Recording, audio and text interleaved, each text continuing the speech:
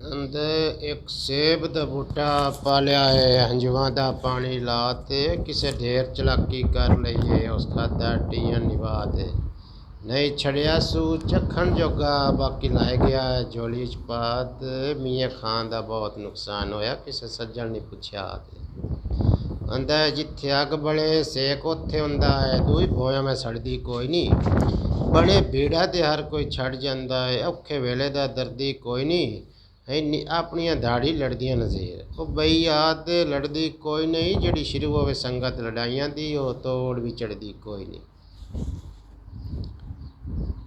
ਅੱਲੇ ਪੱਖੀ ਅੱਖੀ ਵੱਲੇ ਅੱਖੀ ਖਤ ਲਿਖਿਆ ਹੈ, ਇੱਕ ਰੋਂਦੀਆਂ ਤੇ ਕੁਰਲਾਂਦੀਆਂ ਨੇ, ਯਾਰ ਦਾ ਮੁਖ ਵੇਖ ਤੇ ਰਹਿਣ ਰਾਜ਼ੀ, ਨਾ ਕੁਝ ਖਾਂਦੀਆਂ ਤੇ ਨਾ ਕੁਝ ਪੀਂਦੀਆਂ ਨੂੰ,